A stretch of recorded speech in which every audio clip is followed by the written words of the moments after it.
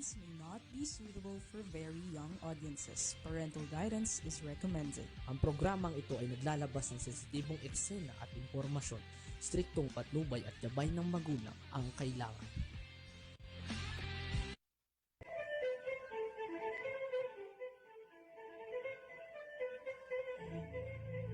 Babaeng migrante, may kakampi ka. Programang nagtataguyod, kikilala at magbibigay halaga sa mga babae, ina, asawa, kapatid at anak na nakipagsapalaran sa ibayong dagat sa adhikaing mapabuti ang kalagayan ng kanilang mga mahal sa buhay. Babaeng migrante, may kakampi ka. Programang hatid ay makabuluhang pagsasabula, talakayan at impormasyon. Handog sa inyo ng kapisanan ng mga kamag-anak ng migranteng manggagawang Pilipino. Babaeng migrante, may kakampi ka.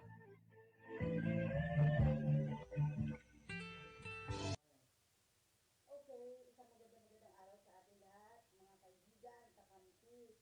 Nandito naman po tayo sa ating babaeng migrante, may kakampi ka. Alam na ninyo, mga kababayan, at tayo ay puno ng pagmamalaki ngayong araw na ito. Tingnan natin, at bakit tayo nagmamalaki? Tingnan natin. Alam ba ninyo na sa bawat kawit at sakripisyong iniaalay ng ating mga bagong bayani, may kasaysayan namang nabubuo. Kwento ng pag-asa, tagumpay, at pagmamalasakit para sa pamilya. Para sa pamilya at bayan ngayong araw, sinitin natin ang mga pinakabagong kaganapan sa mundo ng ating mga minamahal na overseas Filipino workers. Tingnan po natin mabuti ha. Narito po ang ilan, July 9, 2025, bukod sa ating mga kababayan, OFW, kasi sabi nila, mula daw sa kanilang remittances, tumaas ang remittances. Bago online services para sa mga manggagawa sa abroad, hanggang sa tulong para sa mga umuuwing bayani. Tingnan natin, habang patuloy po ang pag-ikot ng mundo, hindi humihinto ang laban ng ating mga OFW sa trabaho, sa pangarap, at mga serbisyo sa pamilya at bayan. Sa araw na ito, muli natin bibigyang pansin ang kanilang kwento sa likod ng mga numero at headline.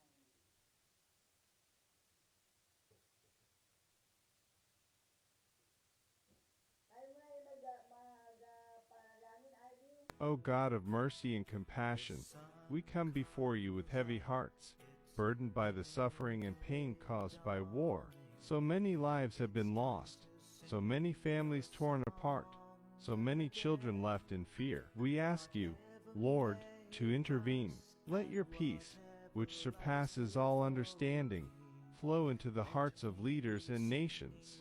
Touch those who hold power with wisdom and compassion. Break the chains of pride, hatred, and vengeance that fuel violence. Comfort the grieving, heal the wounded, protect the innocent. Open the eyes of the world to the value of every human life.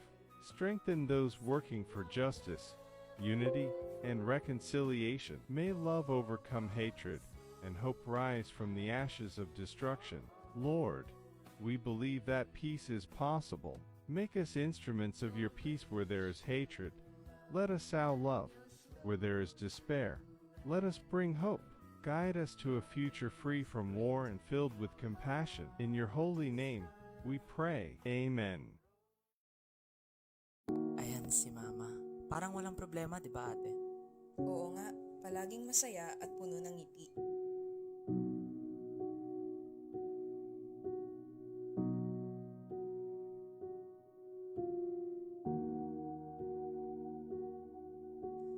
Pero ang hindi nila alam, ay handa siyang gawin ng lahat.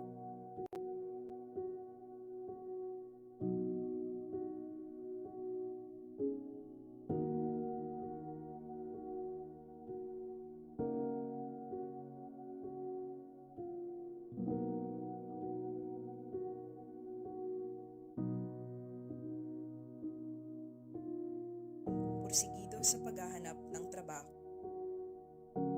Kahit lumapit sa patalim.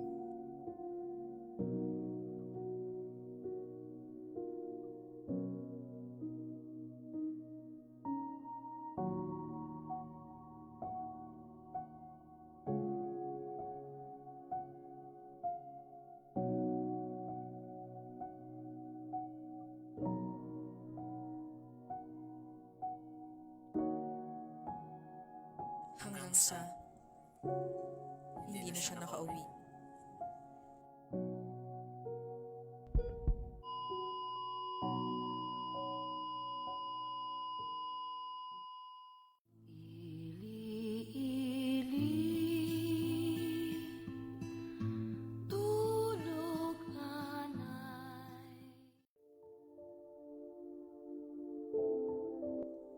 Walang sino man ang may karapatan sa iyong katawan, sapagkat ito ang iyong kayamanan. Babae ka, hindi alipin ni numan. Human trafficking ay labanan.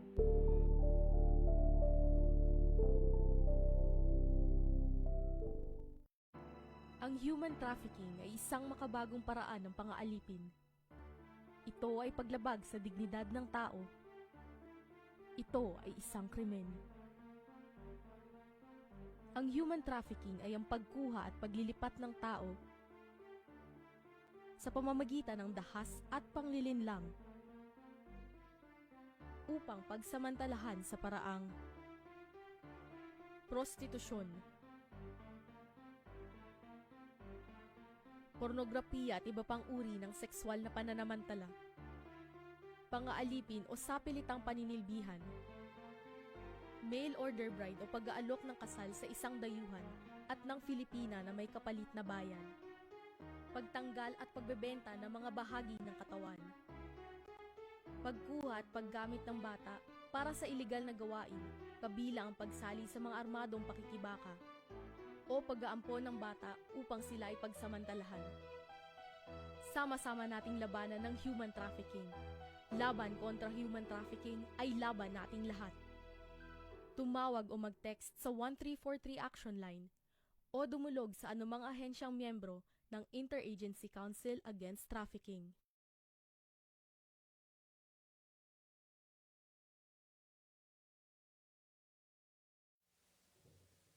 Okay, balik tayo.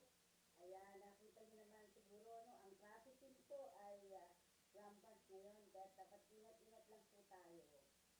Lalo yung mga kabataan natin, ha? Okay. So, sige, para masaksak naman tayo. Pilipinas shock after Saudi. This about Philippines. Shock tayo kung anong sinabi ng Pilipino ay ng mga Arabo sa Pilipinas. Sige, check mo ngayon, Alvin. Filipinos have been the quiet force behind Saudi Arabia's most powerful families, industries, and institutions. They've served with loyalty, dedication, and a work ethic that's impossible to ignore. But no one expected what just happened. A statement from Saudi royals has sent shockwaves through the Philippines, one that speaks volumes about the impact of Filipinos in the kingdom. It's not just about respect. It's not just about gratitude. It's something far deeper. What did they say? And why is it changing everything? Stay with me, because this is a story you won't want to miss. Have you ever wondered who Saudi princes trust more than anyone else? Not their royal relatives, not billionaire tycoons, not even the lifelong advisors who whisper in their ears. No, when it comes to real, unwavering trust, the kind that could mean life or death, they turn to Filipinos. Sounds surprising, right? Imagine one of the wealthiest, most powerful monarchies on earth, built on oil, gold, and unimaginable luxury, placing their deepest trust in people from a distant archipelago, thousands of miles away. But this isn't just about jobs, contracts, or convenience. It runs far deeper than that. Is it loyalty? This trust isn't just earned through hard work or loyalty. It's built on something far more profound, a bond that transcends culture, language, and borders. And here's the thing, most people have no idea why. They see the surface, the wealth, the palaces, the Yeah. lavish lifestyles, but they miss the real story. A story that, once you hear it, changes everything. Let's take it back to the beginning. Saudi Arabia, a land of endless deserts and unimaginable wealth, where tradition and luxury intertwine in ways most people can't even fathom. Yeah, it's crazy. And then there's the Philippines, a nation of warmth, resilience, and an almost magical ability to adapt to whatever life throws Dude, its way. adaptability. On paper, these two places couldn't be more different. Yet, from the moment Filipino workers set foot in the kingdom, something just clicked. The Saudi royals weren't simply hiring workers, they were welcoming trusted companions, caretakers, and in many cases, people who became like family. Why? Because Filipinos bring something money can't buy. Something that doesn't come with a salary or a contract clause. It's called malasakit. There's no perfect translation, but if Malasakit. you had to sum it up, it's genuine care going yes. beyond duty, beyond dude. obligation, and looking after someone because you truly want to. And in a world where trust is more valuable than oil, that kind of loyalty, that's priceless. And that's like in a world full of people who have money hanging over their head where this is the reason why I do this. This is the reason why I do this. This is the reason why I do this. In a world like that, when you have Filipinos who are not having the money over their head, what they're having is that love, that trust, and that true compassion. And just that passionate ability to be able to look at you as a person, see right through you and say, listen, I'm here for you. There's not much else. Yes, the money comes with it, but I'm here for you. The beauty of that is like, you can't attain that anywhere else. And this is like in the soul of Filipinos, bro. It's incredible. Now, you might be thinking, okay, so they're great at their jobs, so what? But this runs deeper. Yeah. In Saudi culture, trust isn't just important, it's sacred. And once you understand why, everything starts to make sense. Loyalty isn't handed out, it's earned, it's tested, it's proven over time. And Filipinos, they didn't just work hard, they went above and beyond, often in ways no one saw coming. There are stories, countless stories, of Filipino nurses staying at a royal's bedside long after their shift ended. Not because they had to, but because they wanted to. Of Filipino nannies raising Saudi princes and princesses as if they were their own, teaching them languages, wiping their tears, becoming the quiet, steady presence in their lives. Yeah. Of drivers, chefs, and housekeepers, trusted with the most intimate details of royal households who never once broke that trust. And that's worth more than a paycheck. Yeah. It's not just what they do, it's how they do it.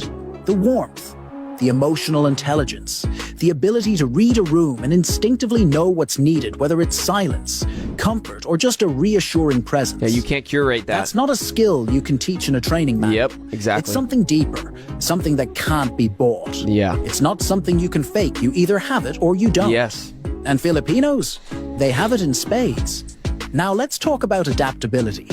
Because if there's one thing Filipinos master, it's blending in without losing themselves.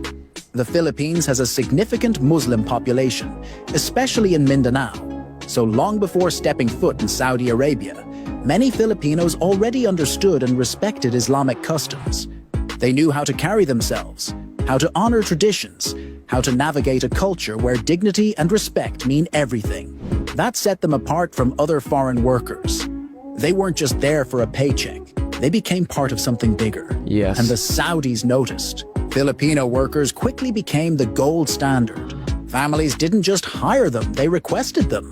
Word spread fast. Yeah, they asked for them Suddenly, specifically. If That's you were crazy. a Saudi royal looking for someone to trust with your home, your children, your personal affairs, there was only one clear choice. And here's where it gets even more fascinating. This trust didn't stop at household staff. It expanded. Filipinos became the go-to professionals in everything, from medicine to aviation.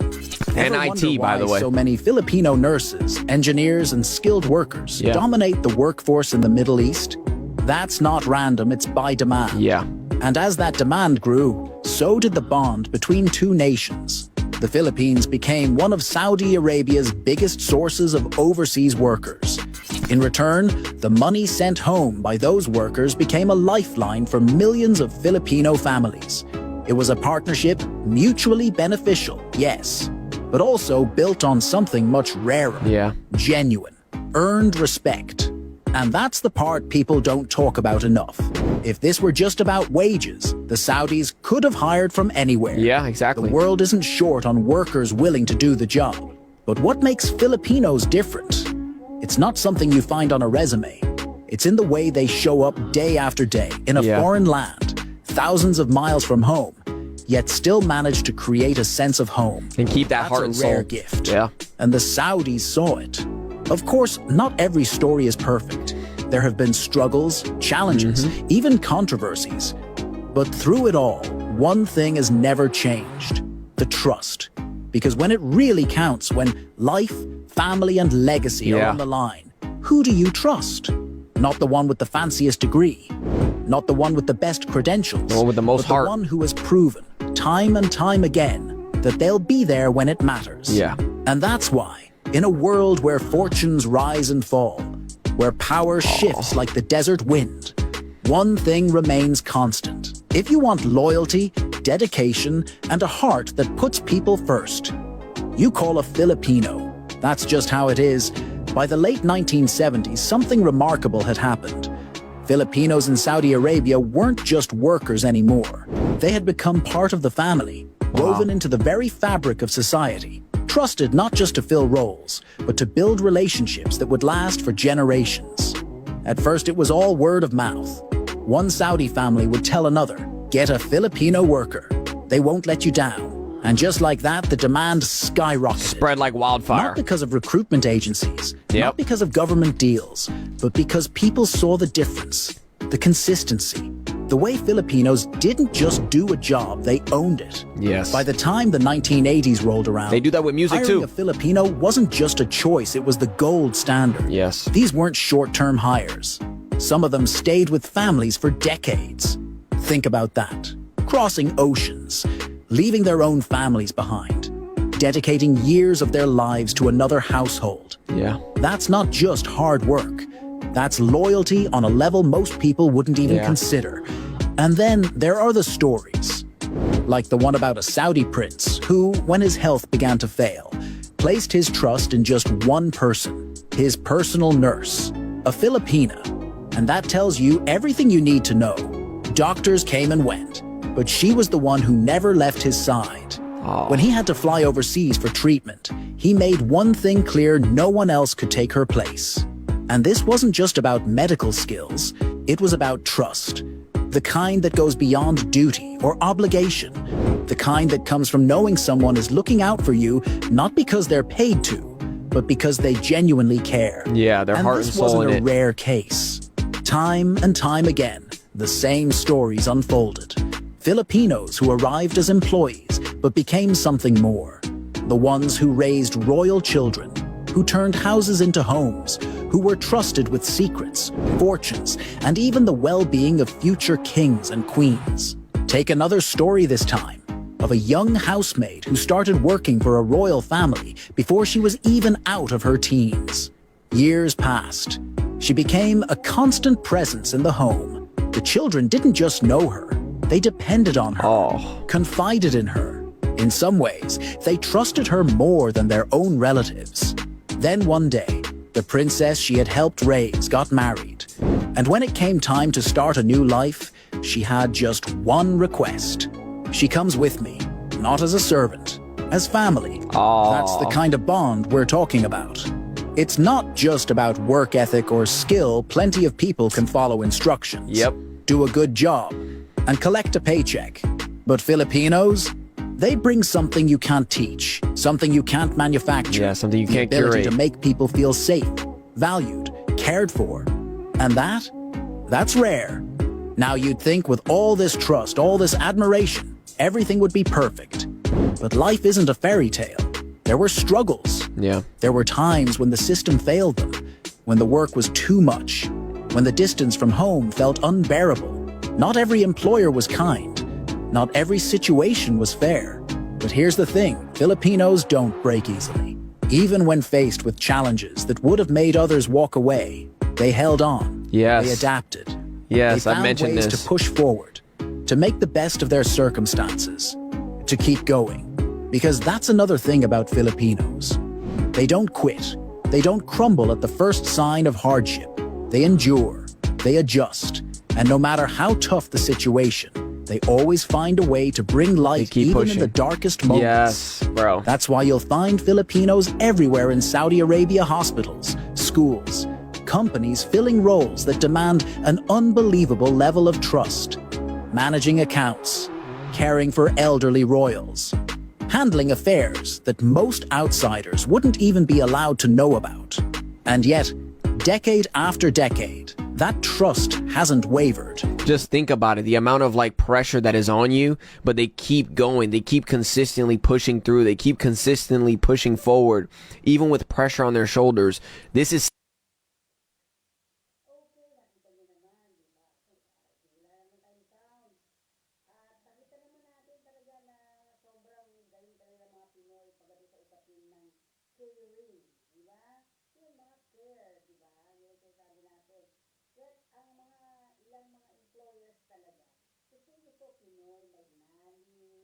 nurses, kahit anong mga trabaho, talagang ang kinukuha nila unang-una ay ang mga Pinoy, di ba?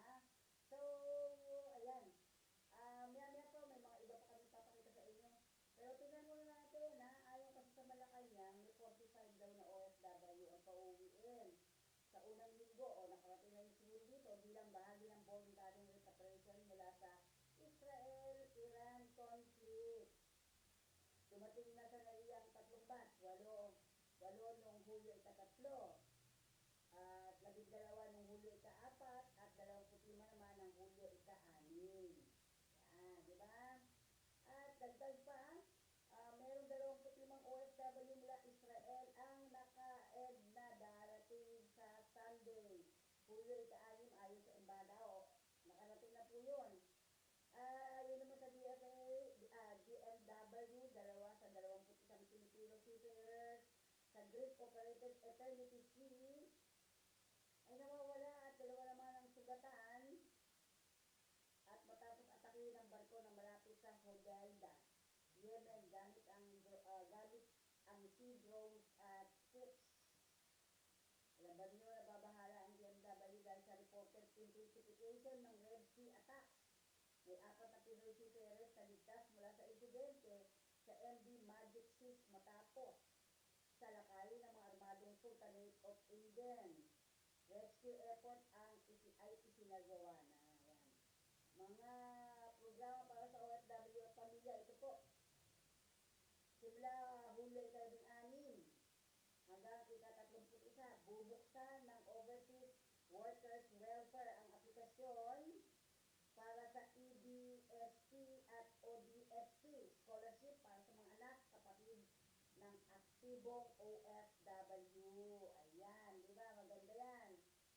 Sa EBSP, para sa 2nd and 5th year college, 30 taon, may 6 na po kang 60K subsidy bawat taon. So, meron po kasing 600 slots ngayon. Sa ODSP freshman at 2nd to 5th year, 21 to 30 years, nasa 20,000 naman bawat taon. So, meron tayo dyang 5,000 slots daw para sa OWA to, ha? Yung nakaraang taon po yan. So, ang qualification, ang grades 85% dapat, EDSP at 75% ODSP. OFW income is $1,000 buwan-buwan. Yan. Okay. Sa legal update, Supreme Court ruling ang mandatory advance SSS contribution bago matanggap ang OAP ay diniklara ng repugnant o labag sa konstitusyon. Kaya hindi na ito maipatutupad. Yan. Insurance Commission Regulation gagawa ng paraan para makabili ng insurance ang mga OFW kahit nasa abroad ayon sa Magna Carta of Seafarers at RA 120/21.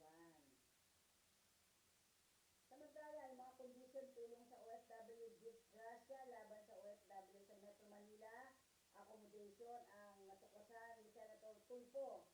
prison-like living condition. Siksik ang kwarto, walang privacy, CR, kuryente, o fire safety, inatasan ang DMW upang masiguro ang pagsunod sa standards.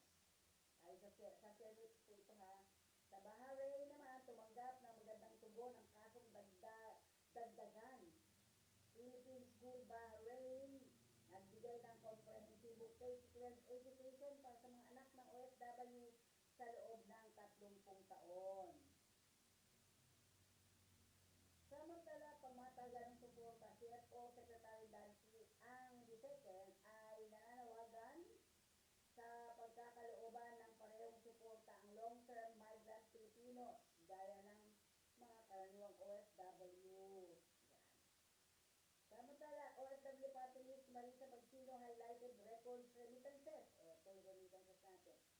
38.34 billion US dollars po noong 2024 at hiniling na mas matibay na reintegration at local job opportunities ayon kay Representative Marisa Magsino. Yan, di ba? Yan po yung ating mga ilang mga balita dito sa atin, ha? Dito sa ating babaeng migrante. May kakampi ka. Magpaalala ko muna, RB.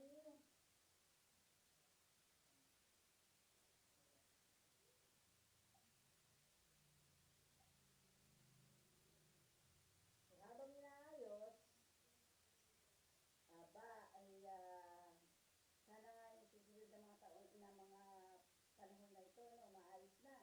Since medyo nag-stop ang ligera, nagkaroon naman ngayon ng mga atake-atake sa mga barko. Okay? Sige.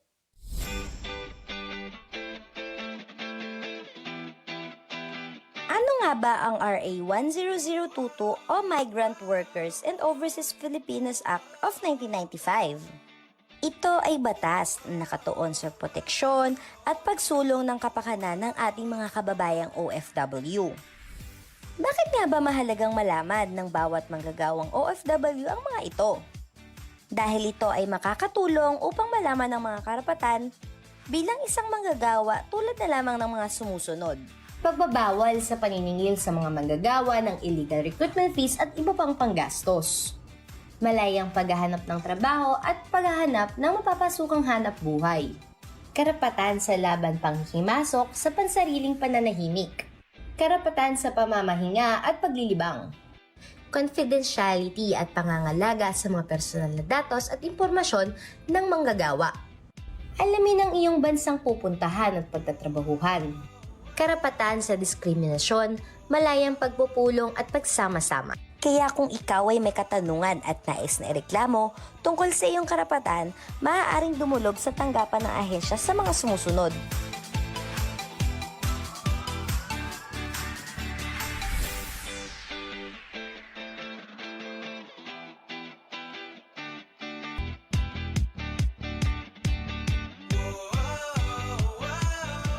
Ngayong alam mo na ang kalagahan ng iyong karapatan bilang isang manggagawa, huwag hayaan na ikaw ay busuin at ipaglaban ang iyong karapatan. Ingat ka, bayan!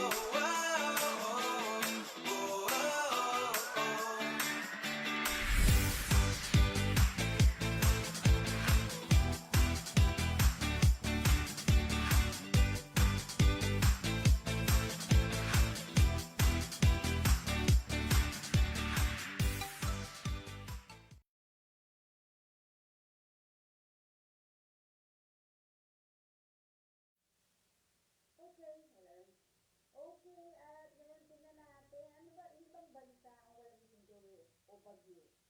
Ano kaya mga bansa yan? Swerte naman nila, no? Walang lindol o walang bagyo. Tingnan natin, sino-sino yung mga yan? Ano-ano yan? Okay, dito sa atin, may bagyo ata ngayon, ano? Pero ba tayo update ngayong hapon, RD, sa ulat panahon natin? Okay. So, ano ang limang bansa ang walang lindol o bagyo? Tingnan nga natin, RD. 5 bansa na hindi dinadaanan ng bagyo o lindol. 1. Singapore. 2. Iceland. 3. Malta. 4. Qatar. 5. Barbados. Ay kasali doon, ano?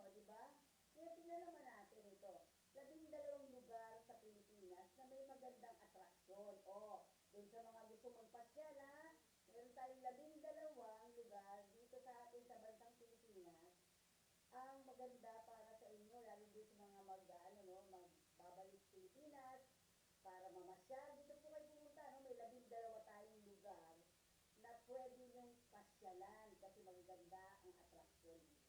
Sige na. 12 lugar sa Pilipinas na may pinakamagandang atraksyon. 1. Boracay. 2. Palawan. 3. Bohol. 4. Cebu. 5. Baguio City, Benguet. 6. Vigan, Ilocos Sur. 7. Siargao. 8. Banawe Rice Terraces. 9. Davao. 10. Sagada. 11. Batanes. 12. Tagaytay.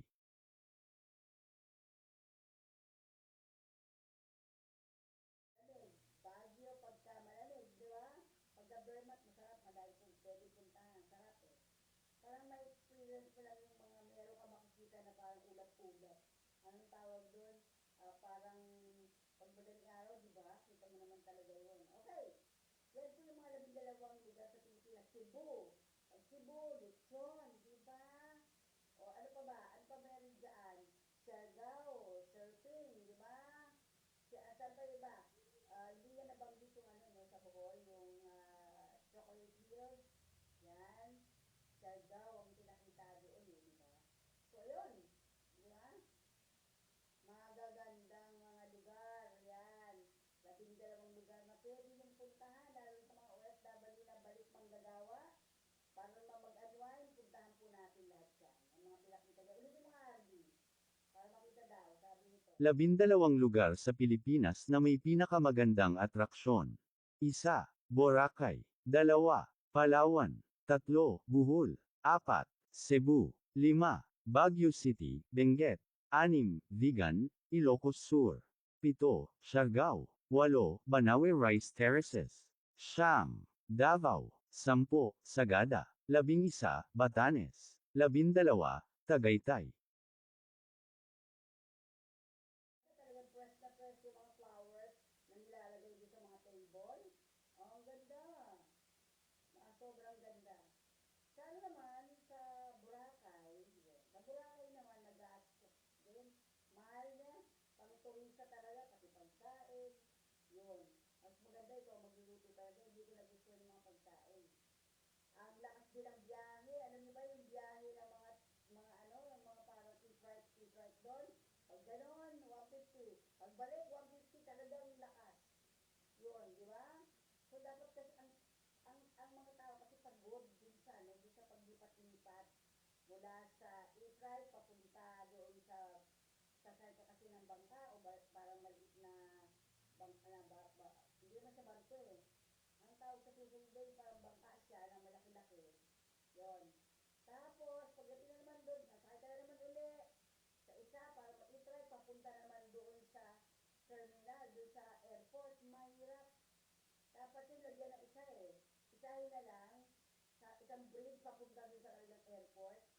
Kasi ang sakit sa katawan, kawawa yung mga katulad ng PWD, kawawa yung mga senior citizen. Yun, pag-isipan natin yun, maganda. Maganda na. Haba kasi ng lakaran. Yun, di ba? O ito naman, tingnan natin ito. Kakampi, dahil nalala ko sa kampi. Meron tayong 18 bansa na kakampi ng Pilipinas. Nakita ko ba kaya kasama China? 18 ba ito, Army? 18 bansa na kakampi ng Pilipinas. Tingnan nga natin. 18 bansa na kakampi ng Pilipinas. 1. USA.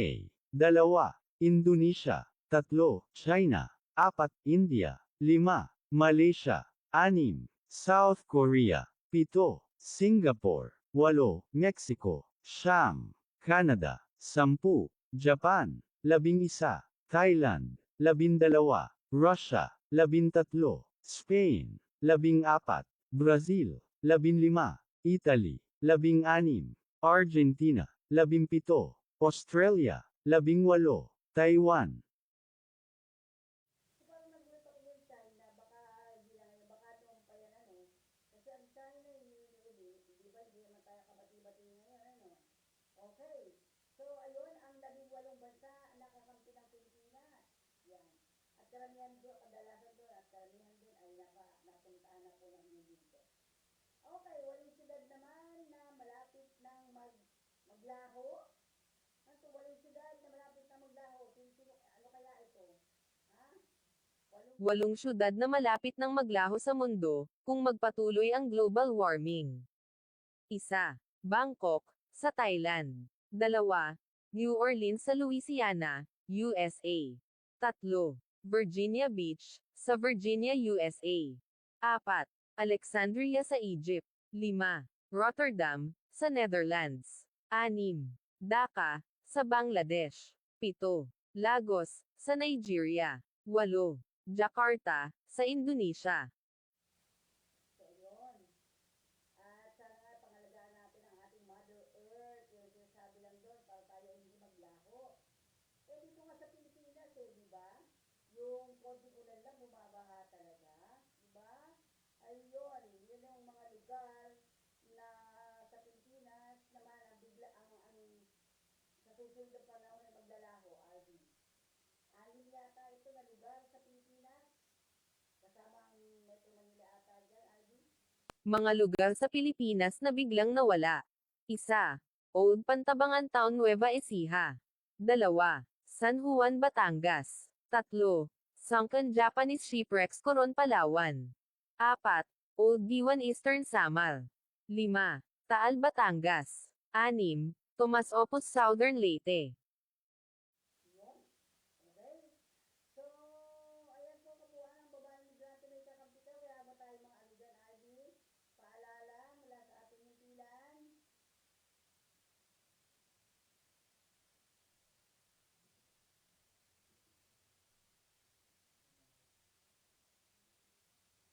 Okay, ang babaeng migrante po ay nakapokus talaga sa mga OFW. Hindi lamang po babae, pero kasi kaya natin nilagay yung babaeng migrante may kakampita dahil po mas marami ang babaeng lumalabas bilang mga nurse, bilang mga nanny, di ba?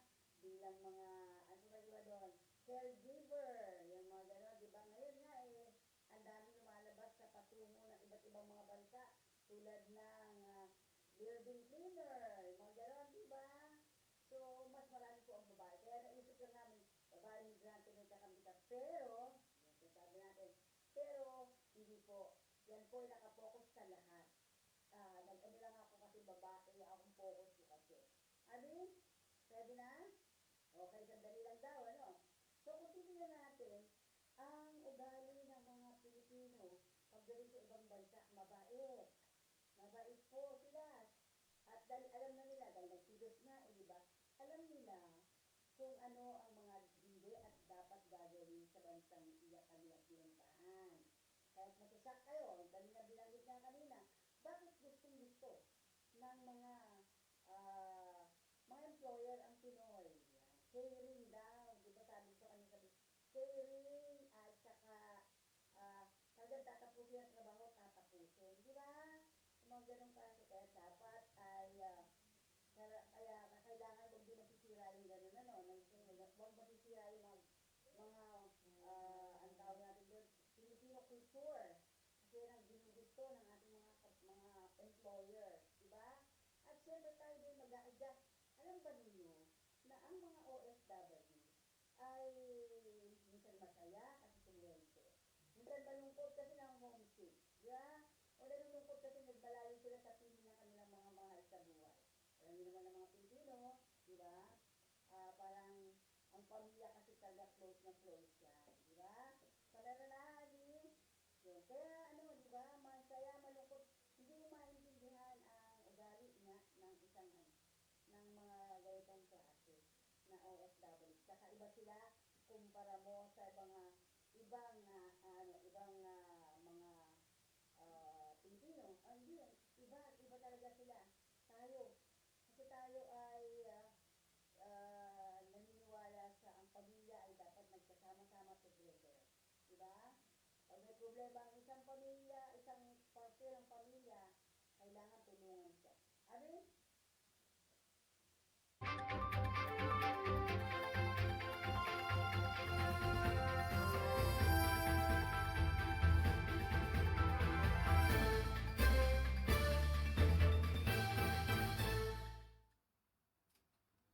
Ladies and gentlemen, Undersecretary Claire Castro, the Palace Press Officer.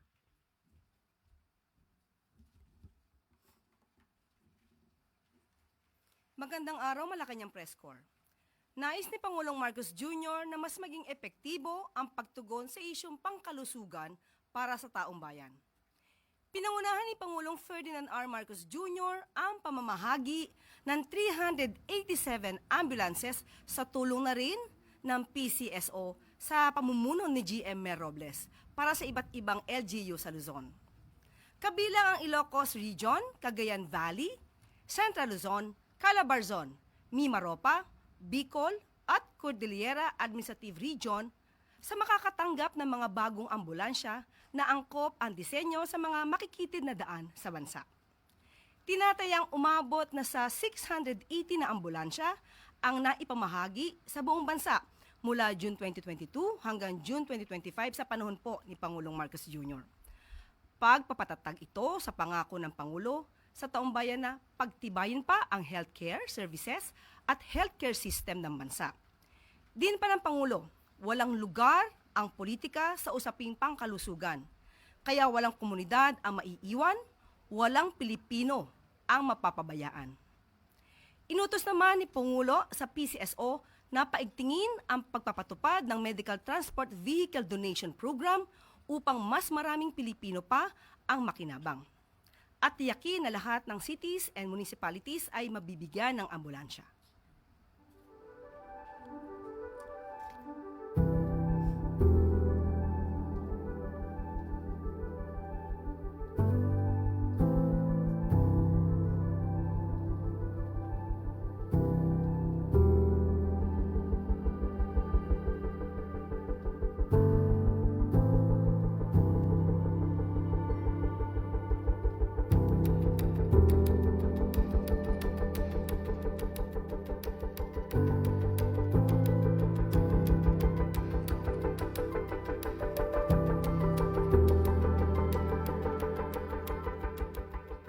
Mas maraming trabaho ang nakalaan sa ating mga kababayan. Ikinagalak ni Finance Secretary Ralph Recto ang bagong labor force survey na nagtala ng mataas na participation rate. Aniya, patunay lamang ito na patuloy na dumarami ang mga Pilipinong may maayos at disenteng trabaho. Ayon sa bagong ulat, umabot sa 1.42 million jobs ang nalikha sa bansa. Senyales na mas maraming Pilipino ang nakakakita ng oportunidad upang magtrabaho dito. Ayon sa Pangulo, hindi rito natatapos ang obligasyon ng pamahalaan. Nais niya na gawing mas aktibo pa ang paglikha ng trabaho sa bansa. Kaya nilalayo ng Department of Finance na paunlarin pa ang national and local partnerships na makapagbibigay ng immediate placement at long-term support sa mga job seekers. Kabilang sa employment generation efforts ng gobyerno, ang Life Assistance Program ng DOLE para sa mga manggagawang apektado ng labor violations. Meron ding National Reintegration Network para sa mga balikbayan na OFW. May Digital and Green Skills for Youth in ASEAN Initiative para ihanda ang labor force sa future-ready sectors, gaya ng sustainable construction. Nag-issue din ang Joint Memorandum Circular ang DOLE kasama ang 38 government agencies upang pabilisin ang job-generating investments sa bansa. Sa pakikipagtulungan ng TESDA at SHED, paiigtingin din ang training sa Integrated Circuit Design, Assembly, Test, and Packaging para mapunan ang pangangailangan ng highly skilled workers.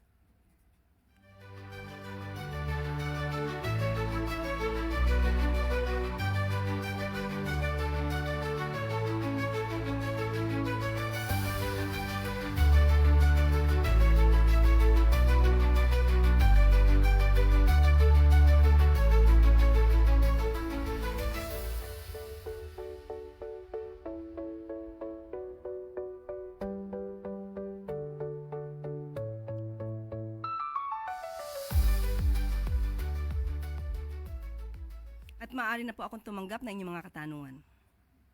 We begin with Maricel Halili, News 5. Magandang tanghali po, Yusek. Ma'am, just a quick comment lamang po dun sa naging pahayag ni Vice President Sara Duterte sa The Hague.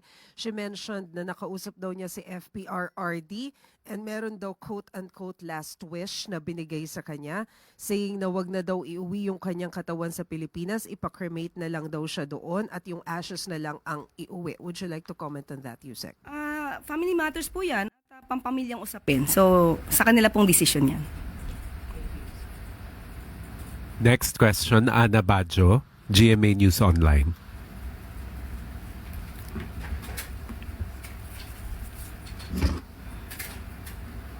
Morning, Yusek. Ma'am, on VP Sara lang din po. Meron po kasi siyang recent statement. Sinagot po niya yung sabi ni Presidente na iwasan na yung pamumulitika at magtrabaho na lang. Ang sabi niya, siguro tumingin siya sa salamin, no? Pag sinasabi niya yung stop na ang pamumulitika, kasi sila yung namumulitika. Ang ginagawa lang namin lahat ay sumasagot kami. Baka po may reaction lang po tayo. Tama naman po na ang bawat tao, lalong-lalo na po ang public servant, ay dapat nananalamin at ina-assess niya yung sarili niya kung siya ba'y nagtatrabaho, namumulitika o nagbabakasyon lang. Ang Pangulong Marcos Jr., alam po niya ang direksyon niya. Alam po niya ang dapat na gawing trabaho at yan po ang pinag-uutos sa lahat ng public servants, lalong-lalo na po sa ilalim ng Executive Department. Ang utos sa amin ay magtrabaho. Iwasan ang pamumulitika. Nakita niyo naman po siguro kanina lamang po ay pinasinayaan niya ang pagbibigay ng 387 na ambulances para sa mga LGUs natin. Nakita niyo na rin po kung paano siya tumulong na mapaunlad pa ang sektor ng agrikultura. Pati na po ang mga mangingisda ay nakikinabang sa binibigay po na tulong at ayuda ng pamahalaan ni Pangulong Marcos Jr. Hindi po nag-aaksaya ng panahon ng ating Pangulo para tumulong sa taong bayan. Trabaho lamang po talaga ang nasa isip ng ating Pangulo. Sa ngayon po ba ay nasaan si VP Sara o si Pangulong, si Vice Presidente nung yan ay sinabi niya? Nasaan po ba siya ngayon? The Hague. Okay, at ang ating pagkakaalam hanggang kailan po siya doon? Hanggang July 23. So, yun lamang po. Tandaan po natin, ang Pangulo po, aksyon, aksyon, hindi bakasyon. Ma'am, ang sabi niya, sumasagot lang din naman daw po siya sa mga attacks po ng Marcos admin. May dagdag po ba tayong comment doon? Siguro po, mas magandang ma-review po niya yung kanyang mga sinabi. Tandaan po natin, nung inilunsad po yung 20 pesos na bigas, yung po ba ay pag-atake sa Vice Presidente? Pero inatake niya po ang proyektong ito ng Pangulo na 20 pesos na bigas. At marami pa pong sinabi ang Vice Presidente na hindi naman po issue ng Pangulo at ng gobyerno. Thank you, ma'am. Ivy Reyes, Billionaire News Channel. Hi, Yusek. Good morning. Sa isang interview po ni Mr. Chavit Singson, sinabi niya po na parang nakalimutan na po siya ng Pangulo after the elections kahit malaki po yung tulong niya dito at that's the last time they will help Marcos po. Sa ngayon po, hindi po natin alam kung nadinig na po ng Pangulo ang mga tinuran po ni Governor Chavit Singson.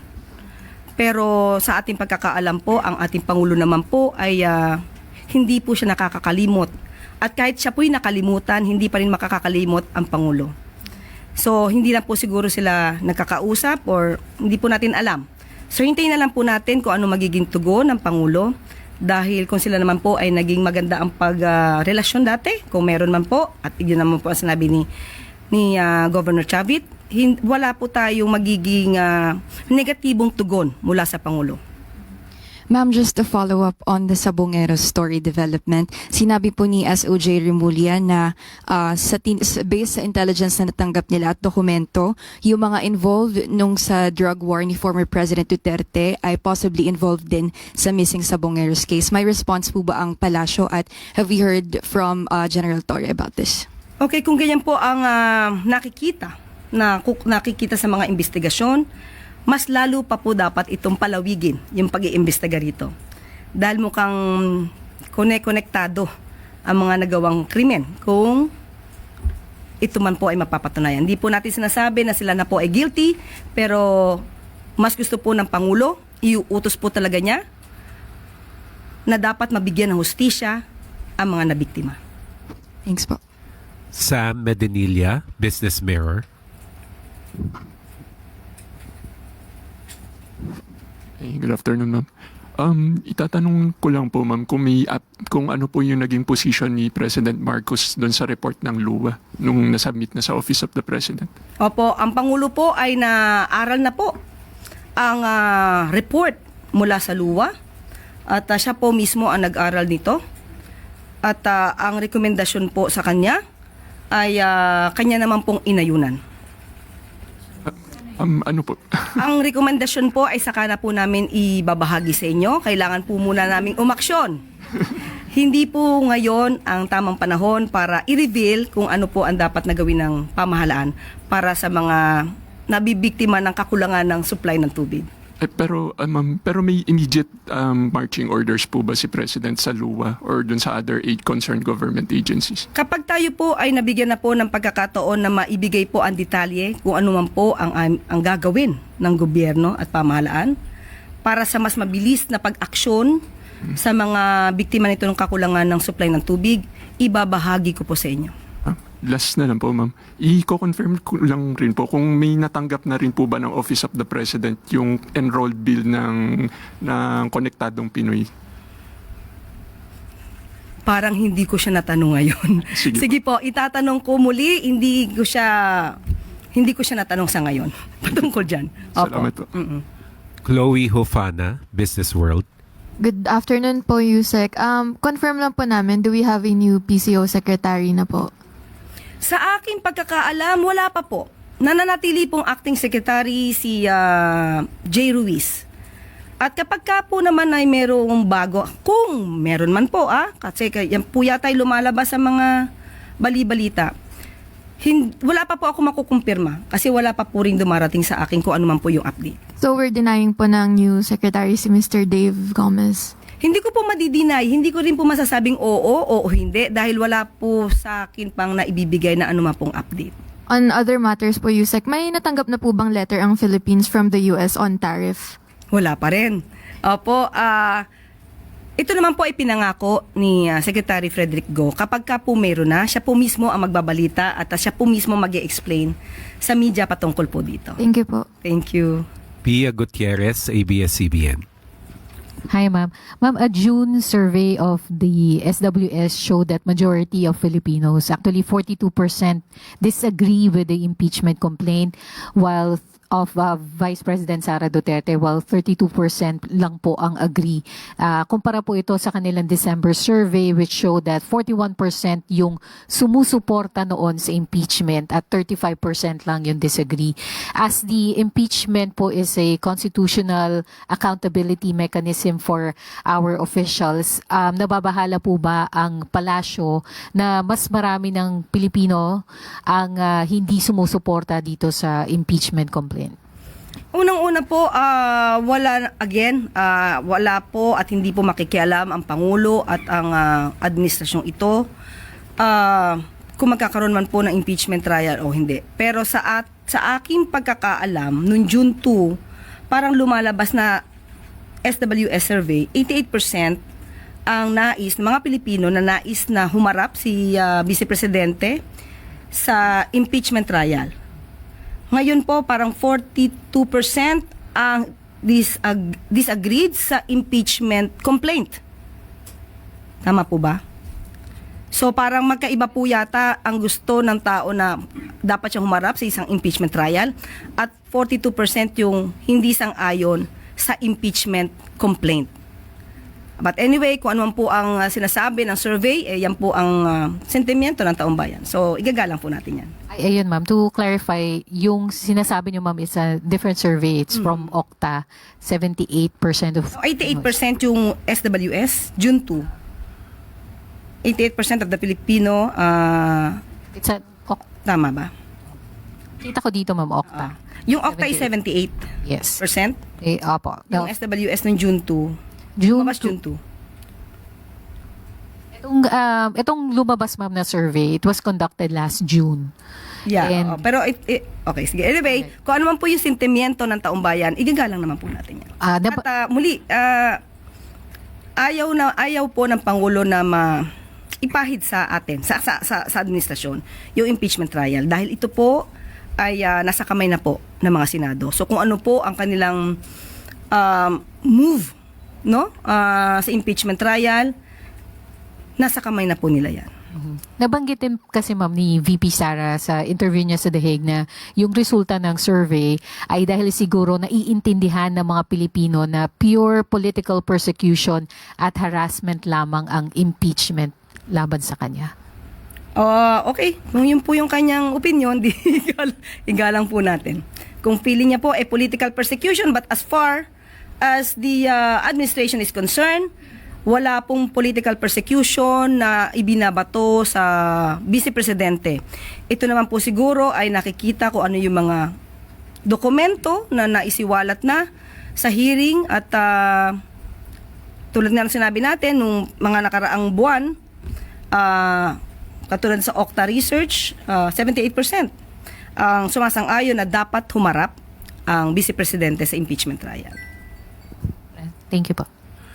Eileen Taliping, Abante. Good afternoon, ma'am. Itatanong ko lang kung meron kayong receive info or meron kayong update doon sa floods o flooding pala sa Kerr County sa Texas. May mga Pilipino bang affected doon?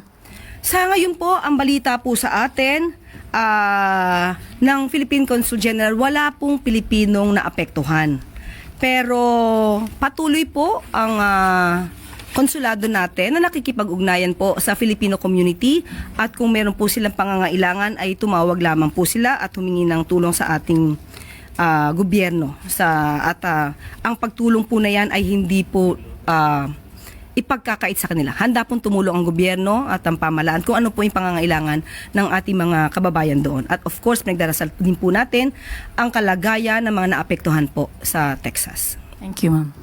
Last question, Jocelyn Montemayor, Malaya Business Insight.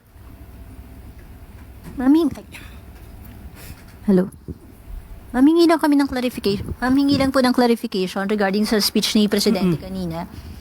Kung yung binanggit po niya na gusto niya para maging zero contribution daw po doon sa mga pasyente. Ano po ba ito? Sa PhilHealth contribution o yung babayaran ng pasyente sa ospital talaga na on top sa PhilHealth contribution? Opo. Para mas maliwanag po, maganda po itong aspirasyon ng Pangulo. Sino ba naman po ang hindi magkanais na wala na sanang bayaran sa ospital ang sino mang Pilipino kapag sila'y na-ospital.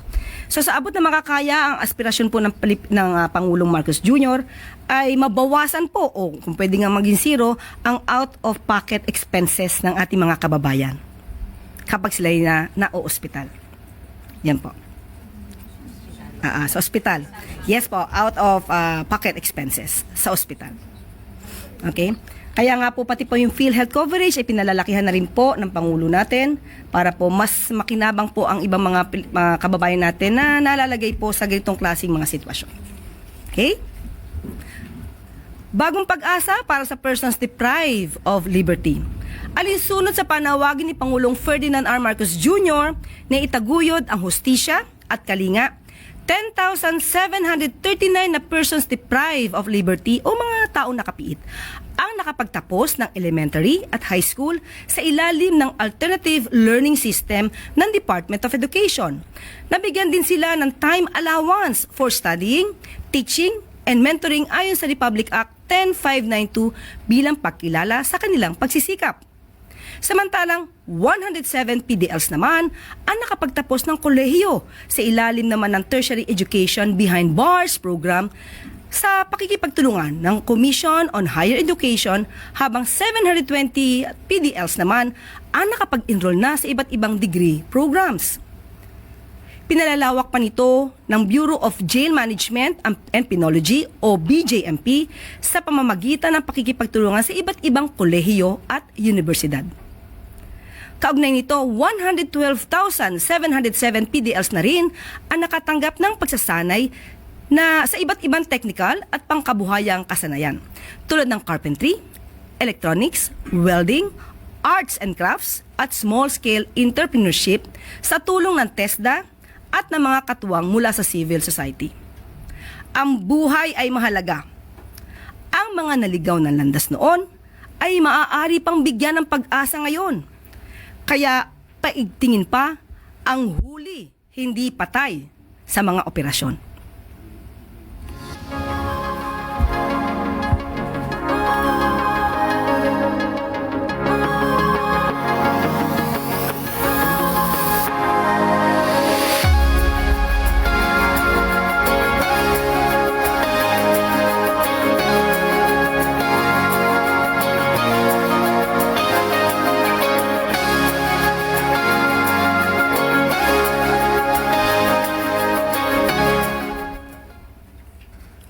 At bago tayo magtapos, palakasin ang ugnayan ng lokal at national government. Nakatakdang makasama ni Pangulong Ferdinand R. Marcos Jr. sa isang meet and greet ngayong hapon ang ilang mga first-time government officials sa paglalayong mapalakas ang ugnayan ng national at local government. Bibigyan diin ni Pangulong Marcos Jr. na pag-igtingin pa ang ugnayan upang masiguro na maipaabot ang kaunlaran saan mang sulok sa bansa para mas mabilis na mararating ang pangarap na bagong Pilipinas. Ipapahayag din ni Pangulong Marcos Jr. ang positibong suporta ng national government sa pagtupad ng mga programa ng mga LGU. Kabilang na dito ang pagsuporta pagdating sa disaster preparedness, peace and order at digitalization sa mga lokal na pamahalaan.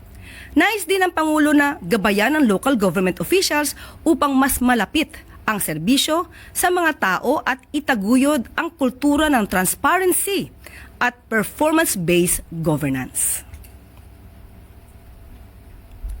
At dito na po natatapos ang ating press briefing. Magandang araw para sa bagong Pilipinas.